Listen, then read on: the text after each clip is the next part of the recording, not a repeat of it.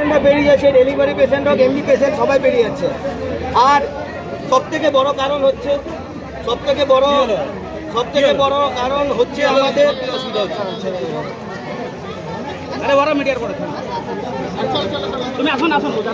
ও জানে না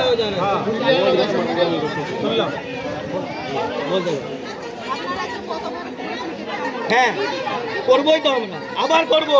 এই কত বড় আজকে আমরা উঠিয়ে দিলাম, আমরা কারো জনগণের কোনো আমরা ক্ষতি চাই না বা জনগণকে আমরা অসুবিধা করতে চাই, হ্যারাসমেন্ট করতে। কেতকা আমাদের সেন্ট্রাল পয়েন্ট, এখানে রাস্তাটা পথশিট টাকা 1 বছর আগে ঢুকেছিল আগে সরকারে, অর্ধেকটা কাজ হলো, একটু কাজ হলো, রাস্তাটাকে ছেড়ে দিয়ে আমরা কোনো জানতেও পারছি না, কিছু বুঝতেও পারছি না এটা রাস্তাটা হচ্ছে কেন।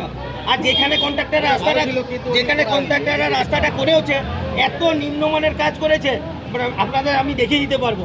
আর এখানে ডেলি দুর্ঘটনা হচ্ছে, এখানে ডেলি পেশেন্ট বাচ্চা ছেলেমেয়েরা টোটো করে যাচ্ছে, ডেলি উল্টে যাচ্ছে। এখানে হাট বসে, এটা আমাদের সেন্ট্রাল পয়েন্ট, এখানে হাট বসে, এখানে ওষুধের দোকান আছে, আমাদের আসতেই হয়, আমরা এখানে ছাড়া যেতে পারবো না। আমাদের একটাই অনুরোধ, আমাদের এসডিও সাহেবের কাছে, আমাদের ডিএম সাহেবের কাছে, এমএলএ সাহেবের কাছে, আপনারা একটাই দেখুন যে এই যে পথশিট টাকাটা ঢুকেছিল, এরা কেন রাস্তাটা করেনি?